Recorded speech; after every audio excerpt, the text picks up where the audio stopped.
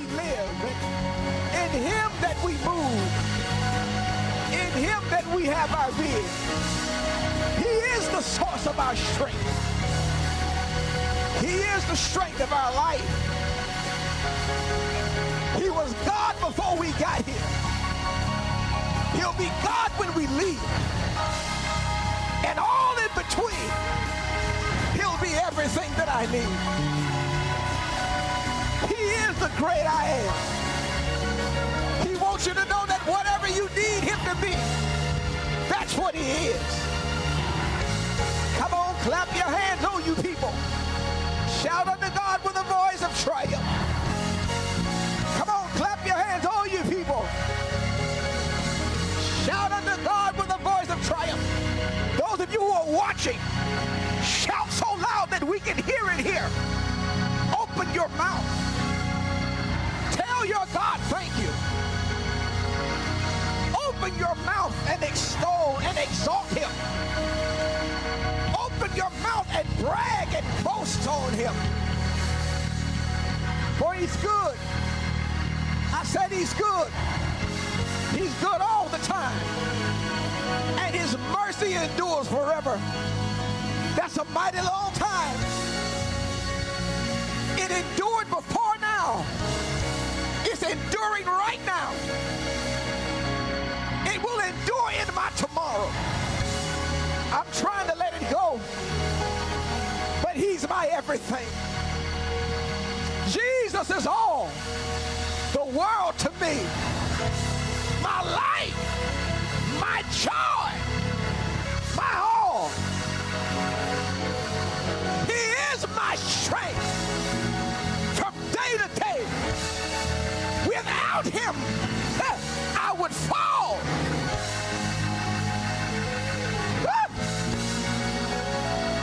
When I'm sad, when I'm in trouble, to him I can go.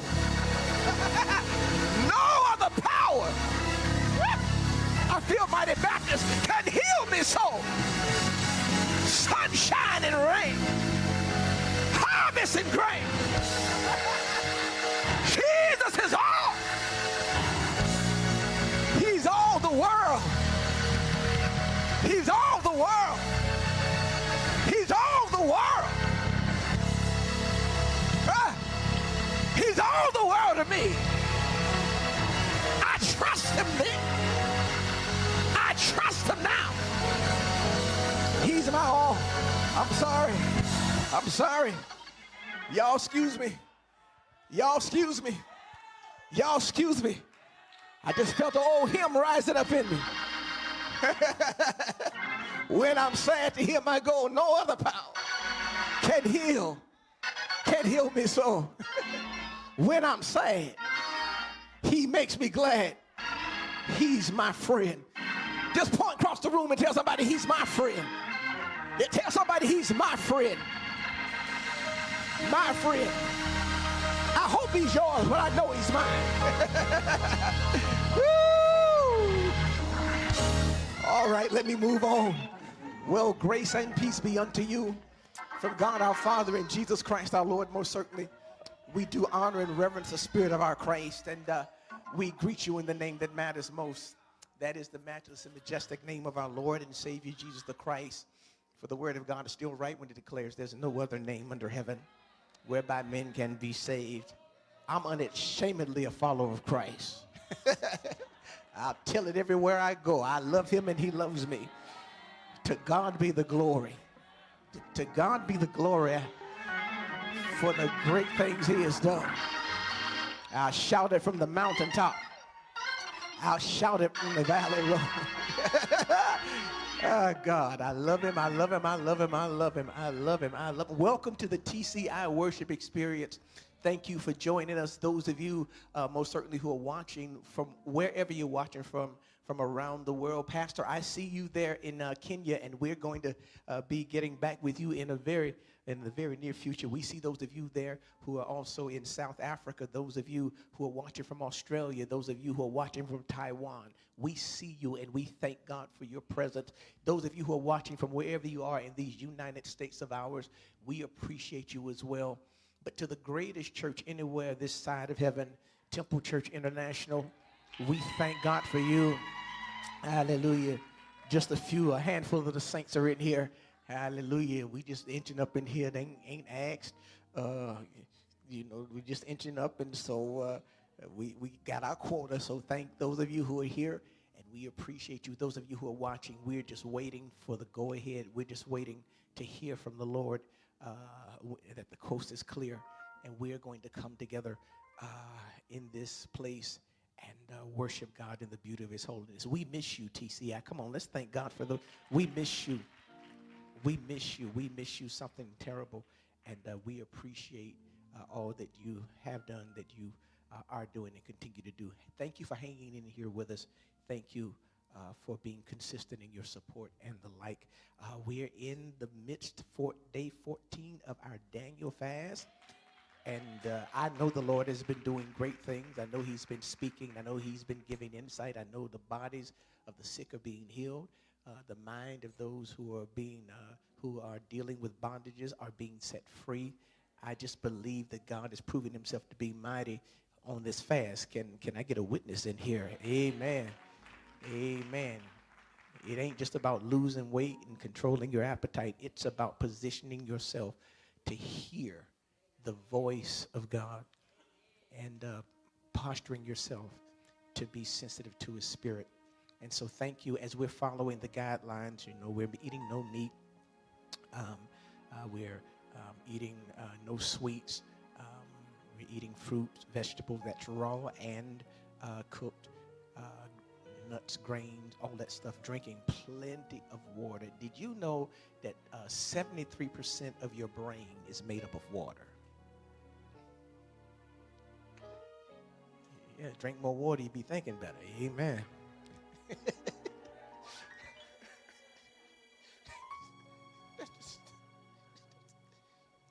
you drink more water? That's part of it. Hallelujah. But we're drinking plenty of water, and if we must drink juice, it's 100% fruit juice. If you must drink something else, let it be herbal tea. Don't put no sugar or nothing in there. Everything we're doing is coming up from the earth. And so I'm excited. Man, I'm excited about your future. Let's get into this word because I got to get all of this to you today.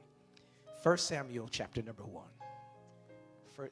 Welcome to, if I didn't say it, welcome to the TCI worship experience. Man, it's hot in here. Hallelujah.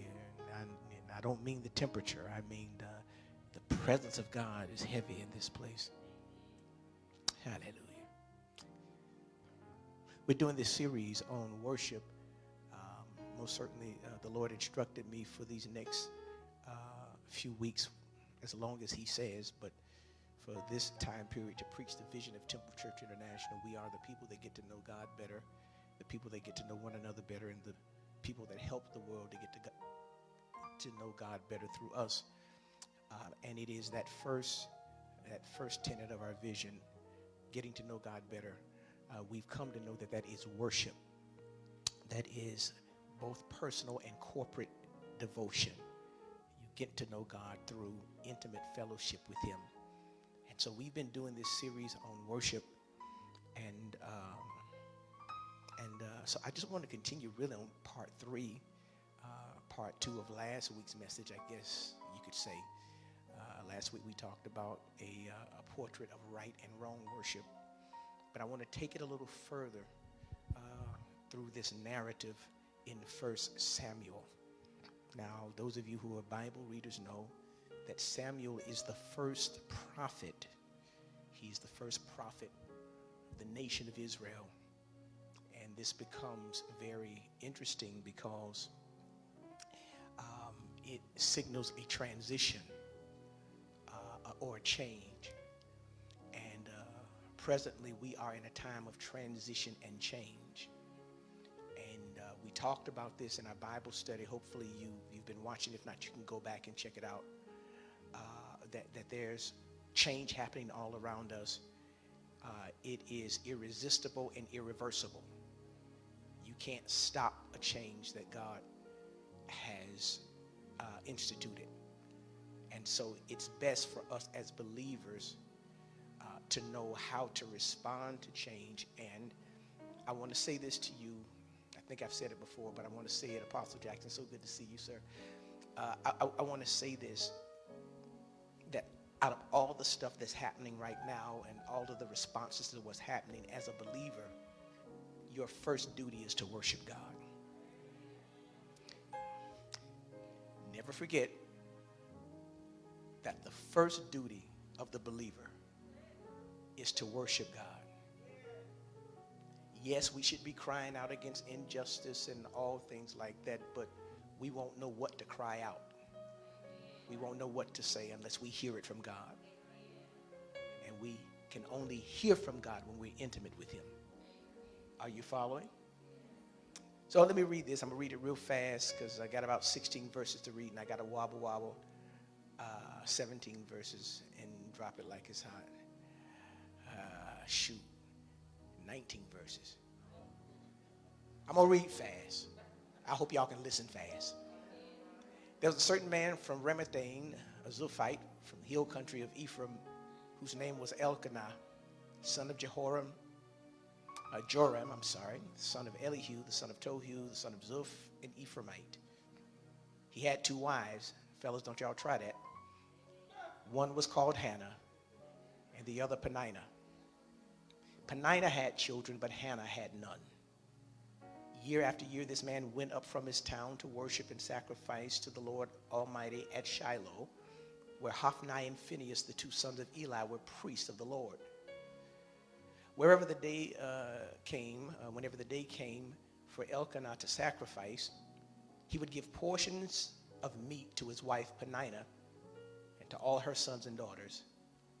But to Hannah he gave a double portion because he loved her, and the Lord had closed her womb. Because the Lord had closed Hannah's womb, her rival kept provoking her in order to irritate her. This went on year after year. Whenever Hannah went up to the house of the Lord, her rival provoked her till she wept and would not eat. Her husband Elkanah would say to her, Hannah, why are you weeping? Why don't you eat? Why are you downhearted? Don't I mean more to you than 10 sons? Once when they had finished eating and drinking in Shiloh, Hannah stood up. Now Eli the priest was sitting on his chair by the doorpost of the Lord's house. In her deep anguish, Hannah prayed to the Lord, weeping bitterly. And she made a vow, saying, Lord Almighty, if you will only look on your servant's misery and remember me, and not forget your servant, but give her a son, then I will give him to the Lord for all the days of his life, and no razor will ever be used on his head. And she kept on praying to the Lord. Eli observed her mouth. Hannah was praying in her heart, and her lips were moving, but her voice was not heard. Eli thought she was drunk and said to her, how long are you going to stay drunk? Put away your wine. Not so, my Lord, Hannah replied. I'm a woman who's deeply troubled. I've not been drinking wine or beer. I was pouring out my soul to the Lord. Do not take your servant for a wicked woman. I've been praying here out of my great anguish and grief. Eli answered, go in peace, and may the God of Israel grant you what you've asked of him. She said, may your servant find favor in your eyes. Then she went her way and ate something, and her face was no longer downcast. Early the next morning, they arose and worshiped before the Lord, and then went back to their home at Ramah. Elkanah made love to his wife Hannah, and the Lord remembered her. So in the course of time, Hannah became pregnant and gave birth to a son. She named him Samuel, saying, because I asked the Lord for him. Let's pray. Father, thank you so much for your word, the opportunity to learn from your word. I'm honored, God, to be standing in this place as a vessel you will use as a mouthpiece that's available to you to teach your word. I ask that you would anoint me now, my mind, that I might think your thoughts, my mouth, that I might speak your words, my body, that I might do your work. Then anoint those who listen here in this building and those who are watching with ears to hear, hearts to receive, minds to understand, and a will to apply what the word instructs. It's in Jesus' name we pray now. We boldly declare the devil is defeated. God, you're exalted. And Jesus, you are Lord. And all who agree with the prayer, the man of God shouted hallelujah. Amen. Thank you, Jesus. Before those of you who are seated here, again, to give you a synoptic overview of the text, a man by the name of Elkanah has two wives, one Hannah, the other Peninnah. Hannah is the one that he loves, but she has no children. Peninnah is the one who has all the children, and because she has all of the children, the text says that she relentlessly taunts, she relentlessly persecutes Hannah. Text says that Hannah goes up to worship every year with Elkanah and with Peninnah and her children, and the taunting does not stop. But one particular trip that they make, something changes. She persists in worship in the midst of her pain that comes from persecution. This message might not be for everybody, but I just want to talk to those of you from the thought, worship, the remedy to pain from persecution. Worship, the remedy to the pain that comes from persecution. You may be seated in God's presence. Well, good morning, family. Brothers and my sisters, in Psalm 51, verse 16 through 17, King David gives us revelatory insight into the kind of worship that is acceptable to God. Here's what he says. He says, "You do not delight in sacrifice, or I would bring it. You do not take pleasure in burnt offerings. Sacrifices of God is a broken spirit. A broken and contrite heart, O God, you will not despise." Listen carefully at the same passage in the Message translation. Peterson says it like this, Apostle Jackson: going through the motions doesn't please you. A flawless performance is nothing to you. He said, I learned God worship when my pride was shattered. Heart-shattered lives, ready for love, don't for a moment escape God's notice. Here in these words, then we see, my brothers and my sisters, that as quiet as is kept, pain is a necessary component of true and authentic worship. Oftentimes, if not most often, the pain that is necessary for worship is psycho-emotional. That is to say that the pain that we as believers feel is mental anguish. That is not to say that physical pain does not or should not move you to worship. But there is something about your heart aching and your emotions being in a deep and dark place that should move you to worship your God. The pain that we feel then as believers is mental anguish due to three things. Number one, poor performance. Number two, personal failure. And number three, provocative persecution.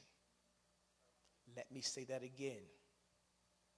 Elder Barnes, the pain that most often we as believers feel is pain that is due to poor performance, personal failure, or provocative persecution. Are you listening to me?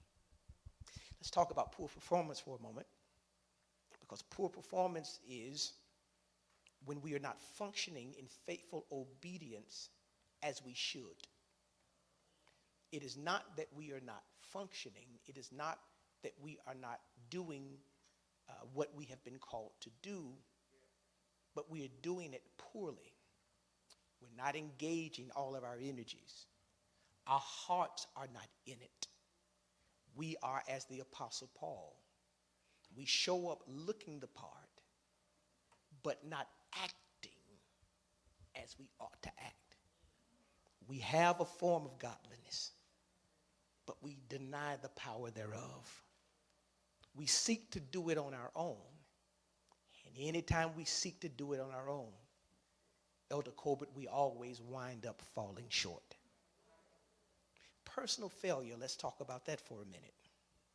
Personal failure in that we become so disappointed with the quality / state of our lives that we ultimately just give up hope of ever becoming who God has created us to be, doing what God has created us to do, or even having that which God has predestined for us to have.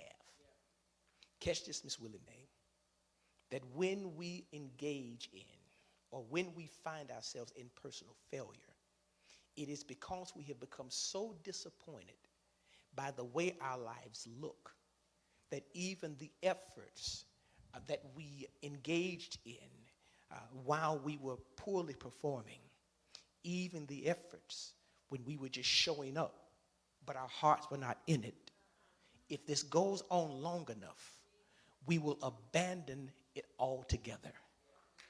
We wind up throwing out the baby with the bath water. We wind up walking away, throwing our hands up, declaring that we've had enough because it has been taking too long for the thing that God has promised us to come to pass. And so we personally fail. We don't even try now. I know I'm talking to somebody who's watching. Before COVID-19, you were through with church.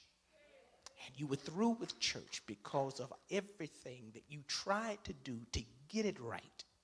But no matter how much you tried to get it right, there was always something that got you off your square. Personal failure, poor performance. Dr. Paul Tillich, in his writings on the human condition as it relates to our relationship with God, says, and I quote, he says, the grace of God strikes us when our disgust for our own being, our disgust for our own weaknesses, our disgust for our own lack of direction, our disgust for our own longed-for life of perfection that we've been looking for year after year eludes us.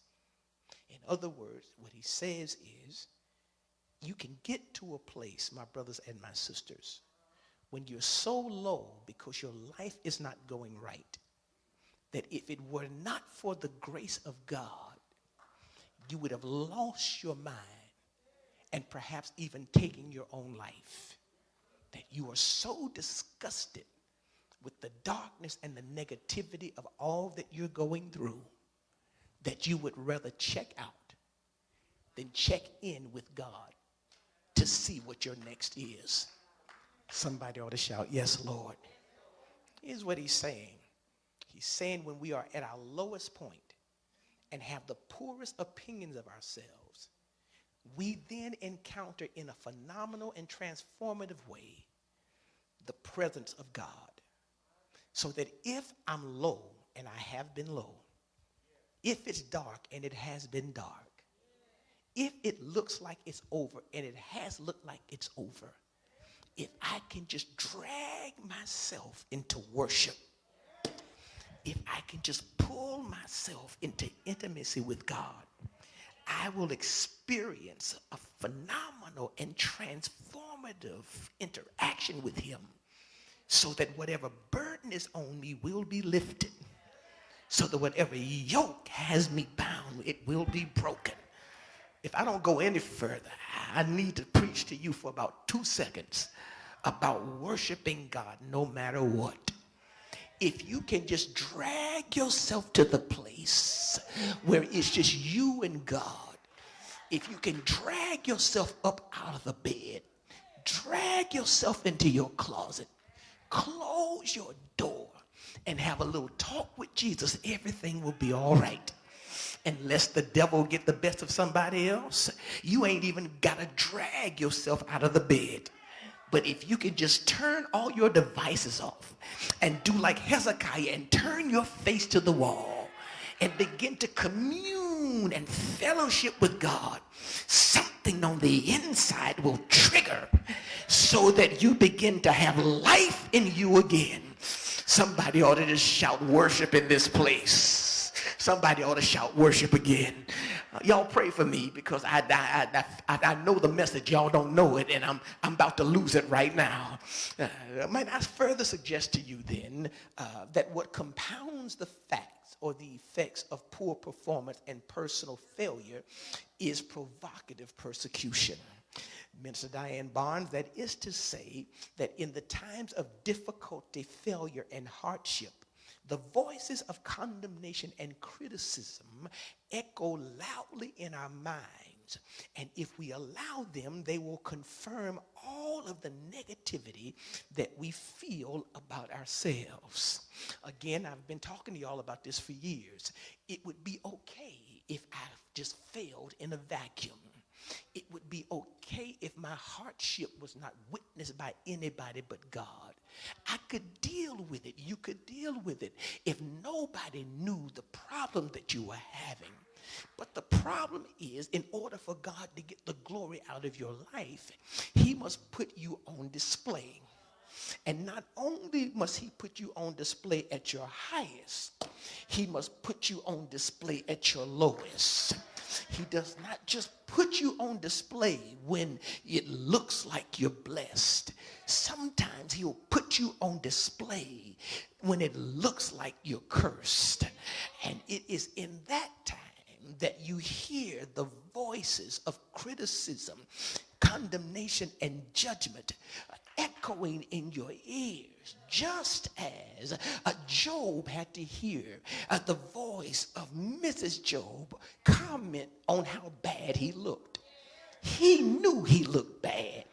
He knew he had lost everything he had. He knew his life was spiraling down.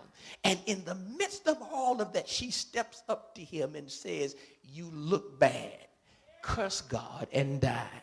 Oh, God, I'm going somewhere with this. My brothers and my sisters, I don't know who I'm talking to in here today, but if this message has hit you already, somebody ought to shout, "Yes, Lord." If you're watching, you ought to just put in the chat, "Yes, Lord." But my brothers and my sisters, there's good news, because Jesus says that there's a blessing attached to that kind of assault and attack. Jesus says, not me, the master says, that when you are attacked, when you are assaulted, when you are persecuted, it signals a season of blessing coming your way. You ain't got to believe me. Matthew 5:11-12. Blessed are you when men persecute you, revile you, and say all manners of evil against you falsely for my sake. Rejoice and be exceedingly glad, Mother Glenn, for great is your reward in heaven. Listen to what he says again. You are blessed when men or when people persecute you, when they revile you, when they make negative commentary concerning your state, your situation, and your circumstance. He says you're blessed. Watch this. When they say all manners of evil against you falsely for my name's sake. Can I dig into that a little bit? He says that whatever they say, however they persecute, however they attack, and because you belong to me, it is for my sake. Y'all missed this. Notice what he says now. All manners of evil that they say against you falsely. In other words, they may speak facts concerning you, but the facts are not the truth of how God sees you. So that whenever they begin to bring up your past, God says you're looking at their past, but this is just a part of their process. It is not who they are. The foreclosure is not who they are. The repossession is not who they are. The failure is not who they are. The fall is not who they are. It was just a phase of them becoming who I've created created them to be. Somebody in here can shout right now, you just got your word, it's time for you to go home. Don't you ever again, Mother Killings, don't you ever again refer to people bringing up your past. They're not bringing up your past, they're bringing up a part of your process of perfection. Oh God, you missed what I said. Oh God, somebody ought to shout, yes, Lord. If I'm preaching, tell me to preach. If I'm preaching good, tell me to preach some more. And so it is, my brothers and my sisters. He says that the blessing comes upon you, watch this, because you are now in elite company. For so persecuted they the prophets that came before you. So that whenever you are persecuted, whenever you are assaulted, whenever you are attacked verbally, it puts you in the company of those who have power with God to declare and decree the purposes and the plans of God. Maybe that's why you're going through what you're going through, because God is trying to pull you away from the company that you've been around and pull you into the company that you belong with. Oh God, I'm going to preach whether y'all want me to or not. He is preparing you to go to the next place. I wish you would touch your neighbor. Oh, no, don't touch him. Just point at him and say, he's preparing you to go to the next place.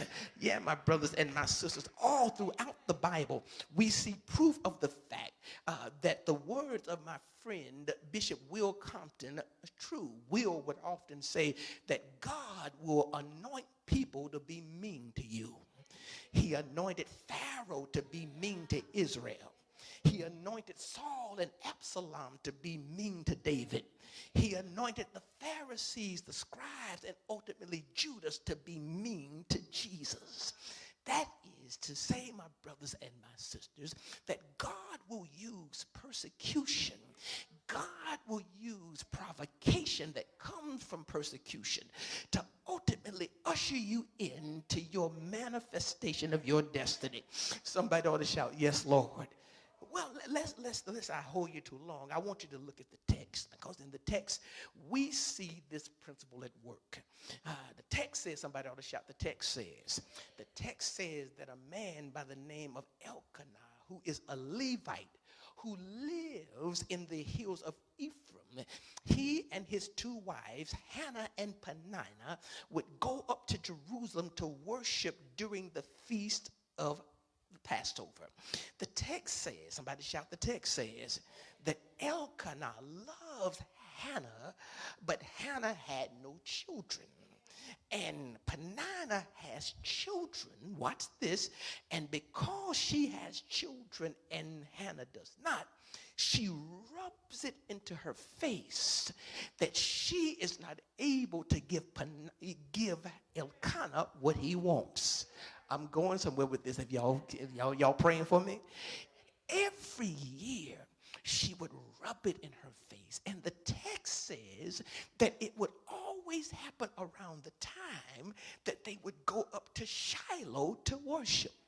Might I suggest to you, my brothers and my sisters, that you cannot have true worship without the presence of the satanic. You cannot have true worship unless there is an adversarial force that is working against you to try to prove or try to move you to a place that you're so disheartened and so down and so discouraged that you want to give up on God. You ain't got to believe me. Can I use Job again? And the sons of God came together to present themselves or to pay obeisance to God, and Satan showed up with him. You don't know powerful worship until you know how to worship in the presence of the satanic. You don't know worship until you got to worship God when all hell is breaking loose while you are worshiping. You don't know real worship until you got to walk into worship with a doctor's report that says not only is the situation still there, but it has gotten worse since the last time. You don't know real worship until you can walk in church after having lost your job and having had multiple disconnecting notices in your mailbox and still lift your hand in his presence. Am I talking to anybody in here who's a real worshiper? And notice this, my brothers and my sisters, year after year, every year that they would go up to Shiloh, every year that they would go up for the feast of the Passover, the text says, somebody ought to shout, the text says that Peninnah would taunt her. She would persecute her. She would beat up on her. Now, my brothers and my sisters, I think I understand why the text gives us this insight. I got about 15 minutes and I'm going to let y'all go. The text lets us know, first of all, that the reason she does it, y'all got to catch this, is because, watch this, even though Hannah has no children, Elkanah loves her. Y'all gonna catch this in a minute. Even though Hannah has no children, even though she is barren, Elkanah loves her. It is indicated in the way that he deals with her and them when they go up to Jerusalem or Shiloh for the feast of the Passover. As a Levite, he would always take his family. They would go and they would worship. And when they would worship, they would take all of the entrails out of the sacrificial animal. They would take the entrails and give the entrails to the priest.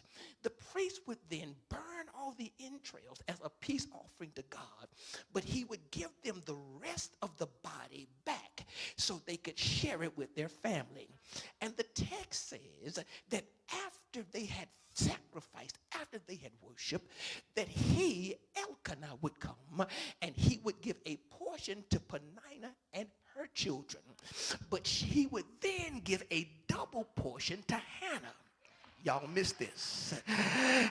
When they would come into worship, I'm talking it here. I need to let y'all know I came to preach today. And he came, and that was the reason.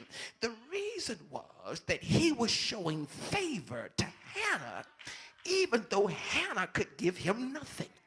Is it not amazing how people who have more than you are jealous and envious of you?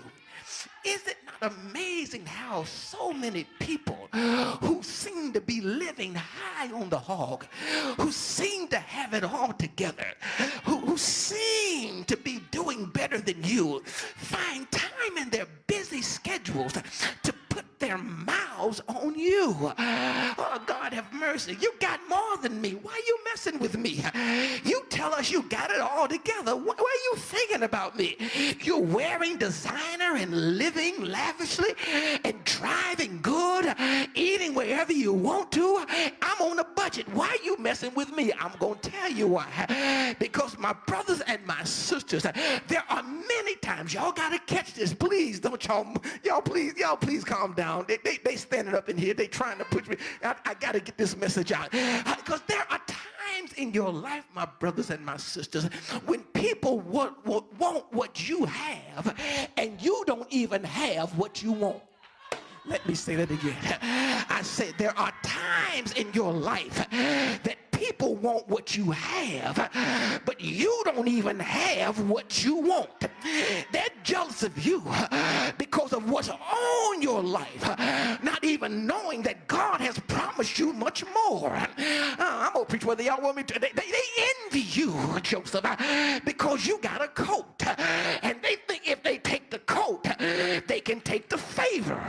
But the truth of the matter is, the favor ain't in the coat. The favor is in me. I wish you would point somebody and say, the favor is in me. That's why you can take everything I got.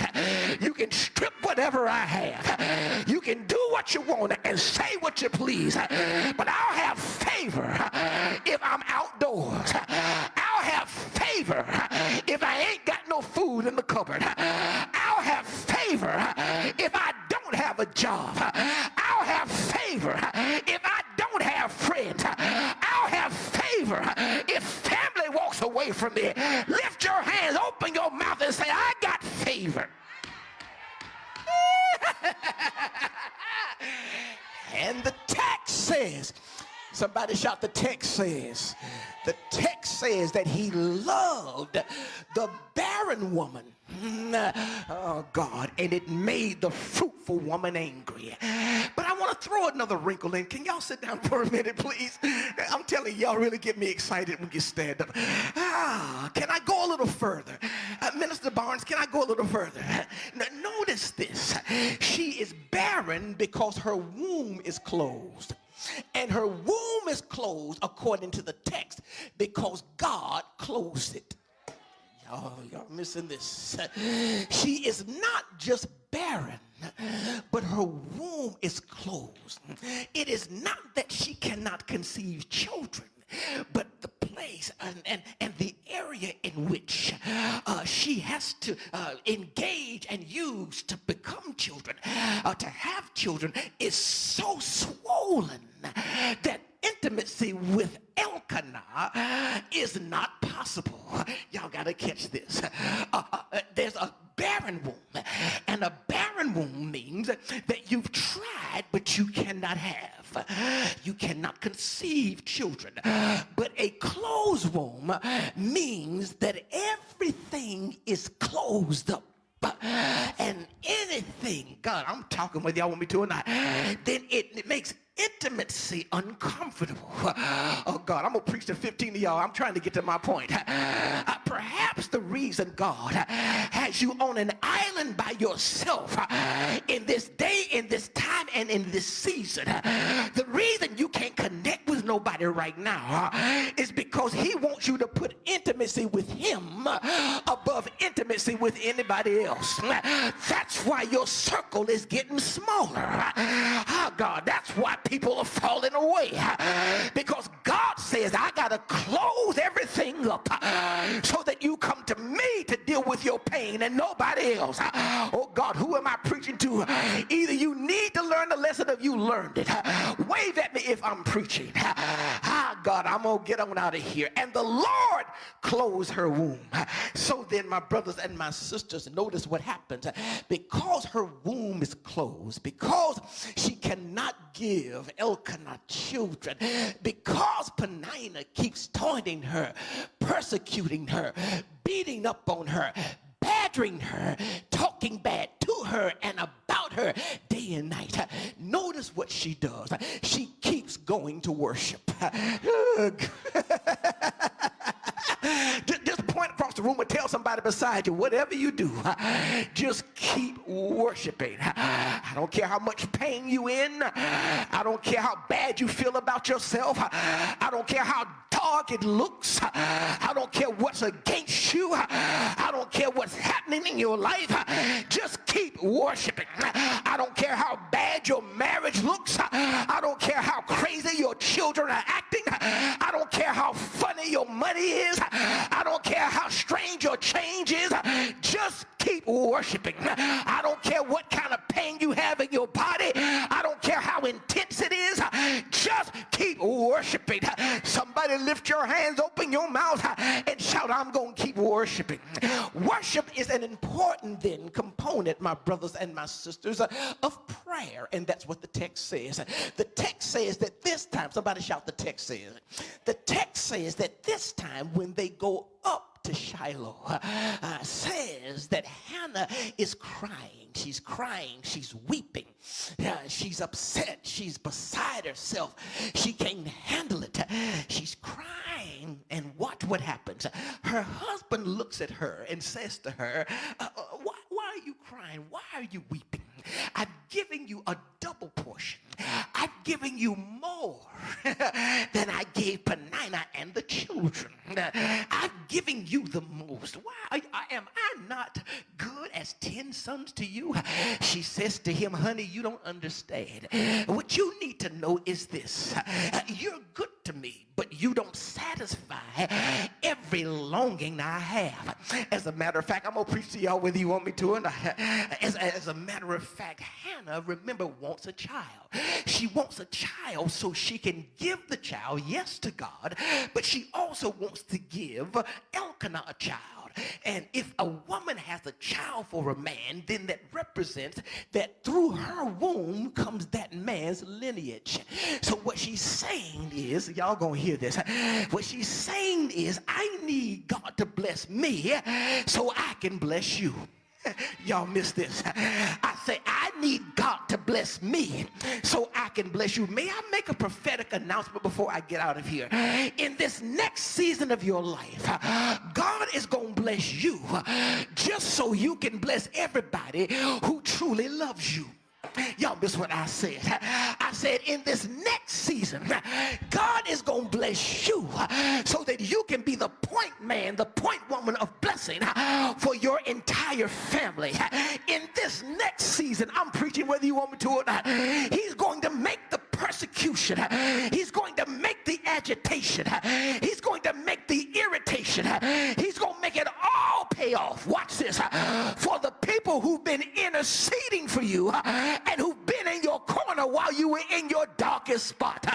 Some of y'all don't know when to praise. I just spoke a generational blessing on your household, on your children, on your bloodline. God is getting ready to bless you so that you can bless everybody who loves you. Somebody ought to lift your hands and shout, yes, Lord. Somebody ought to lift your hands and shout, do it, Lord, do it. Ain't nobody quiet but the selfish people. Ain't nobody quiet but the people who want God to do something for you and you alone. You ought to be thanking God because the thing that he's going to do for you is too big for you to handle by yourself. Oh, God. Who am I preaching to it here? Who sees your children? Who sees your parents? Who sees everybody connected to you? Who sees your real friends walking in abundance, walking in favor, because God has blessed you so good that you don't have room enough to receive it. Shout yes, Lord. Shout yes, Lord, again. Please be seated. My brothers and my sisters did. It is Peninnah who is jealous. And jealousy is oftentimes masked as the arrogant and boisterous pointing out of the flaws, faults, and failures in your life. She's pointing out to Hannah, you ain't got no cheering. She's pointing out to her, all these years, you've been wanting to give Elkanah children, and every year I give him one, and you can't give him one, only one. I'm going to preach whether y'all want me to or not. It is jealousy. It is envy. But watch this, my brothers and my sisters. The text says, somebody shout, the text says that she goes up to worship anyway. Now let me drop this on you before I move further, and we're going to get out of here. Worship is not just about the worshiper desiring God, but worship is also and more so about God desiring the worshiper. Let me say that again. Worship is not just about the worshiper desiring God, but worship is more so about God desiring the worship. I told y'all that last week. They that worship him must worship him in spirit and truth. And that's who God is seeking after. How bad must you be? How great must you be for God to say, I'm looking for somebody like you? Oh God, how special must you be that God says you meet my standards, you meet my requirements? How special must you be for God to say, I've searched the world over and I ain't found nobody quite like you? Somebody ought to lift your hands and shout, Lord, here I am. And just point to your neighbor and say, neighbor, I ain't bragging, but I'm the kind of worshiper that God is looking for. I'm the kind of worshiper that worships him in spirit and truth. I'm the kind of worshiper that worships him without limitations and without boundaries. I'm the kind of worshiper that worships him no matter what's happening in my life. Somebody ought to shout yes.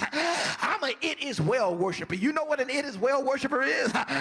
When peace like a river attendeth my way, when sorrows like sea billow roll, whatever my lot, thou hast taught me to say, I'm feeling real Baptist today, it is well.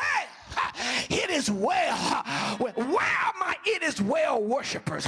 Lift your hand and just shout, it's well. Whatever's happening, it's all right. And if it ain't all right, it's going to be all right. Open your mouth and shout, it is well. Say it again, it is well. Notice, my brothers and my sisters, so the text says, somebody shout, the text says, I got to get out of here because ain't crazy. Text says that they go up to worship, but this time it's different. It is different because when Elkanah says to her, why are you weeping? When he says to her, am I not as good as 10 sons? This time she does something different.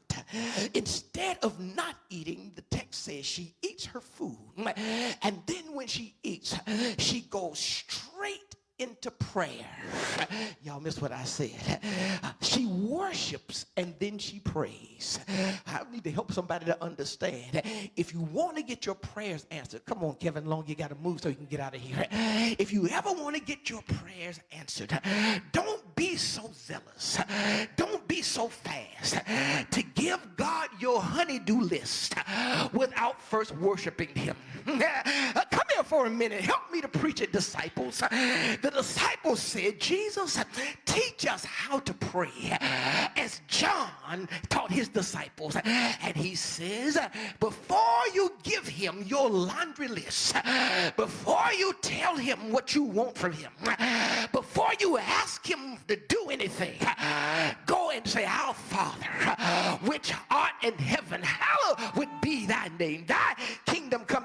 Y'all catch that? He said, before you pray, worship. Oh God, I believe I'm talking to some people in here who know how to worship God. Because when you worship God, you entreat God. And when you entreat God, you intrigue God. And when you intrigue God, then you engage God. You missed what I said. The reason you have to learn how to worship is because when you worship, you entreat God. You get God's attention. And when God looks at you, then he becomes intrigued and says, let me see what she got going on. Let me see what's going on in his life. And when God is intrigued, God steps up in your situation and begins to engage with you, so much so that you forget about everything that you were lacking, everything that you're missing, because you're just glad that you're spending time with God. Am I talking to anybody in here who knows what it's like just to be glad that you're spending time with God? Is there anybody in here who can say like David, don't cast me away from your presence and don't take your spirit from me? Is there anybody in here who has the testimony that I've learned in this stage in my life that I can survive on God and God alone? Oh God, y'all excuse me. Y'all excuse me. I'm trying to get out this message. And so then I came to talk to y'all. I'm sorry. I came to talk to you about worship being the remedy for the pain that comes from persecution. I don't know who I'm preaching to. You can tell me or you ain't got to tell me. But there's somebody right now who's being painfully persecuted. And please understand that what God is allowing is he will allowing a stimulus to push you closer to him. Somebody else shout, I'm getting closer. They talk about you, get closer.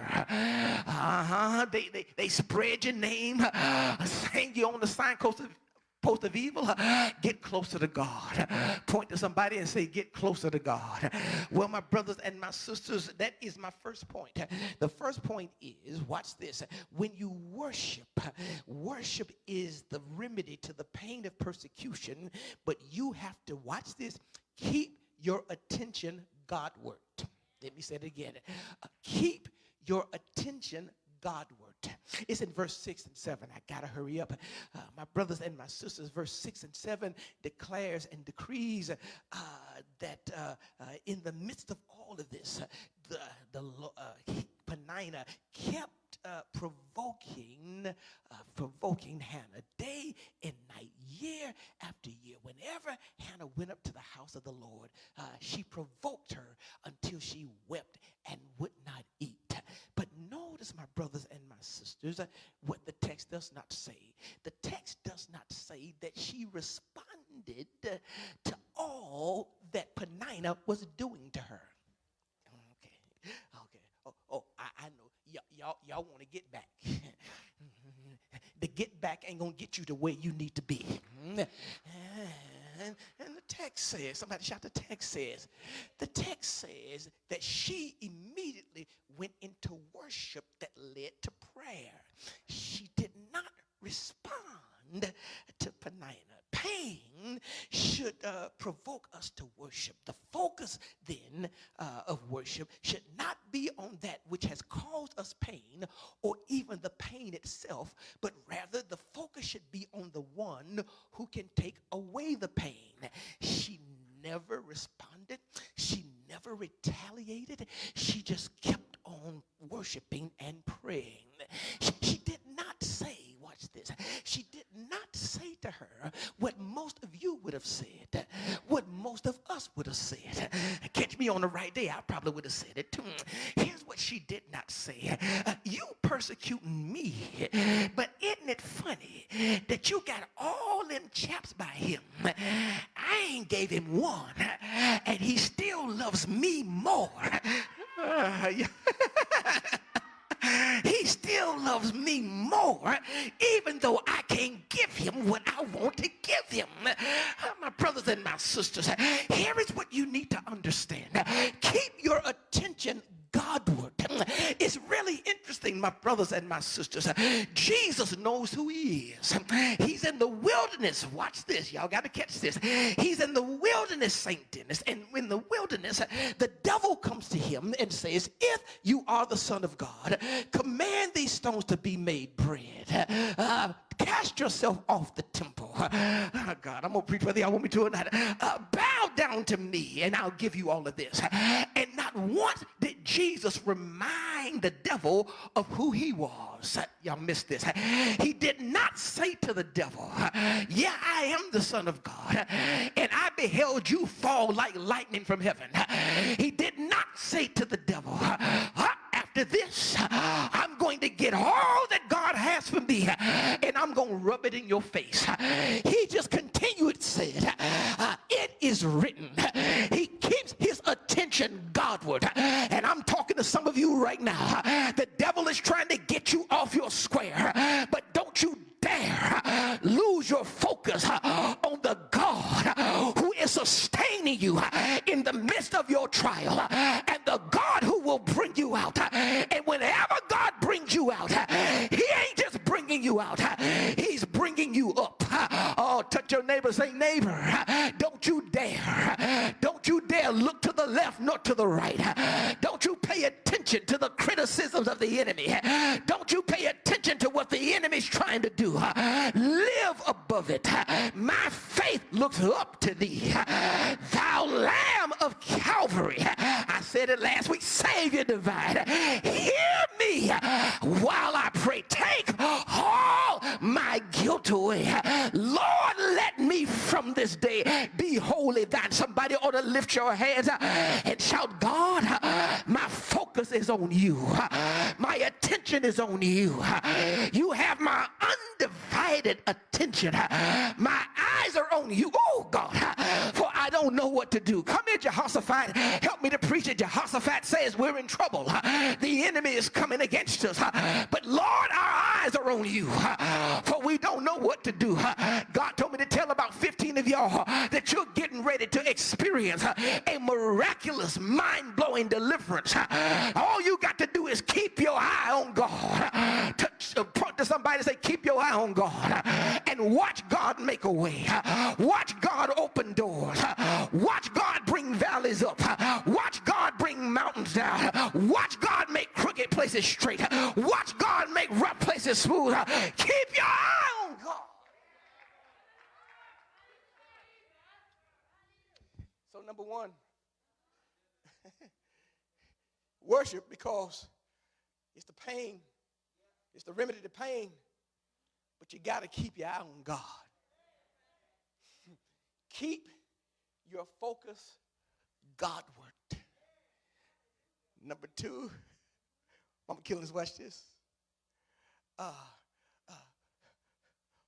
when you're being persecuted, assaulted, and attacked, God's trying to push you closer to him. So you got to understand, y'all got to catch this, watch this, Minister Tao, that the solution is in God and not in circumstances. Let me say that. The solution is in God and not in circumstances. Where did I get it from? I got it from the text. Verse number 8, I got to hurry quickly through this. Text says that Elkanah is saying to her, why are you weeping? Ain't I good to you? The text goes on to say that she didn't move to the place of prayer and worship in verse 12. And I'll pick that up in a minute. It says she kept on praying. Notice what she did not do. She did not blame Elkanah for her barren condition, because she understood that the solution was not ultimately in Elkanah. The solution was in God. Juxtapose, compare, and contrast this with Sarah. Because when Sarah could not conceive from Abraham, she came up with this idea to help God along with the plan to do what God said he was going to do. She, in essence, blames Abraham's weak faith or inability, God have mercy, to help her to produce children. How do I know? Because she says, go to Hagar and give me children. Y'all gonna catch this in a minute. Go to her and give me children. Abraham, the problem is in you. But listen to what she does not do. Hannah does not blame Elkanah, does not blame the circumstance, but she goes straight to God. Real worshipers know how to look at their circumstances and declare that the circumstances don't dictate the power of my God. The power of my God dictates to my circumstances, and they make up in their mind that I'm going to stay in a posture of worship so that God can hear me. I'm preaching to some of y'all. I told y'all last week, sometimes God has to insult you to push you further in worship. The Syrophoenician woman, Jesus called her a dog, but she kept worshiping. And by the time she got up, she went home and found that her situation had changed. Stop giving more power to your situation and your circumstance than you do to your God. Don't you know that God can do anything but fail? With man, things are impossible, but with God, all things. Where are my worshipers? Worshipers worship solely on a possibility. They don't have to see any proof. They don't have to see any fruit. They don't have to get any inklings. They just worship because they know that God is able. I thought I had a mature church. God said your worship will not be effective until you learn how to worship me on my ability, based on what I'm able to do. Your worship ain't effective unless you can stand before the door of the fiery furnace and look King Nebuchadnezzar in the eye and say, turn the fire up 7 times harder if you will, because our God is able, and even if he don't, he's still able to deliver. Am I preaching to anybody in here who says, God, I got some stuff I want, but if you never give it to me, I'm worshiping you because you're able. I got some stuff I need to have fixed, but if you never fix it, I'm worshiping you because you're able. I got some stuff that I need to have changed, but if everything around me remains the same, I'll still worship you, because my hope ain't built on my circumstances. My hope ain't built on my situation. My hope is built on nothing less than Jesus' blood and righteousness. I dare not trust the sweetest frame, but wholly lean on Jesus, on Christ. daddy, not my mama, not my friends. TCI, I love y'all, but not my church. On Christ, the solid rock I stand. All other ground is sinking sand. To somebody say, neighbor, focus on the solution and not your circumstances. Number three, and I got to get up out of here. Number three, when you worship, I'm almost done. Oh God, I got 3 minutes. Y'all pray for me. Yes. Thirdly, and I'm done. When you're worshiping, watch this, in the midst of persecution, in the midst of attacks, respond only to who and what matters.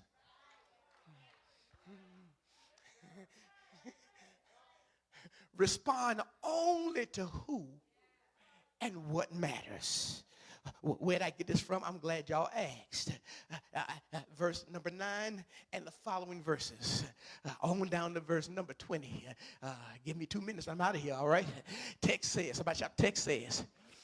Text says that when she dried her eyes, this time she went up to the porch, went up to Shiloh, and she began to pray. But notice that in the beginning of the text, it said that Hophni and Phinehas served at this particular place. But in this instance, Eli was sitting on the porch.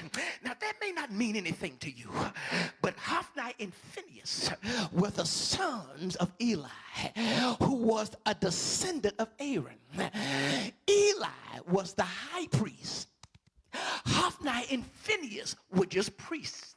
Y'all gonna catch this in a minute. The high priest was the one who would go into the presence of God with the petitions of the people and would say to God, this is what the people are asking you. And God would hear the high priest. Now notice, when Peninnah was talking to her, she didn't answer a word. But when Eli says to her, you're drunk, go home and get yourself together, she speaks to him and says, sir, I'm not drunk. I'm in pain. And I'm in pain because I've been persecuted. And I'm persecuted because I ain't got no I am preaching whether y'all want me to or not. I'm persecuted and I'm in pain. And listen to what he says.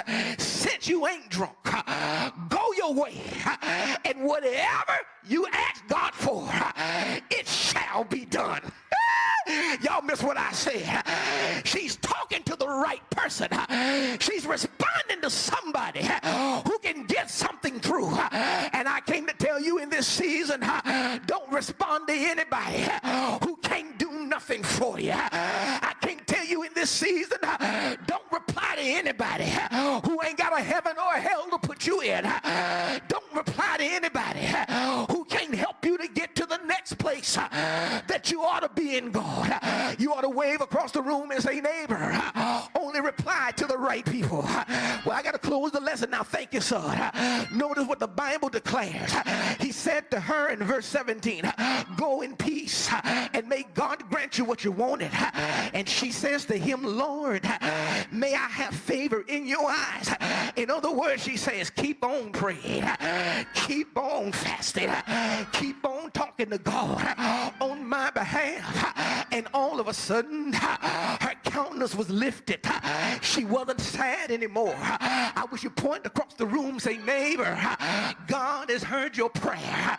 He's attending to your cry, and he's getting ready to turn your situation around. Somebody shout, yes, Lord. Somebody say, yes, Lord, again. I got to close the lesson now. And verse 19 declares, early in the morning, she went back and worshiped. And when she worshiped, she went back home and she was intimate with Elkanah. And this time, not only did God open up her womb, but she conceived. And she didn't just conceive any old child. She conceived Samuel. Now that might not mean nothing to you, but Samuel is the first prophet in the tribe, in the nation of Israel. And it was Samuel who anointed David. And when he anointed David, David was on the throne, and the anointing went down through 30 more generations, and it hit a man by the name of Jesus. Can I preach to you and declare in this season, because you are a worshiper, in this next season, what God bursts in you and what God bursts through you is going to bless countless people. Put to your neighbor, say, neighbor, you're getting ready to give birth to a business that's going to get you out of debt. You're getting ready to give birth to an idea that's going to put you in another income bracket. You're getting ready to give birth to a ministry that's going to bless countless people. I won't close now.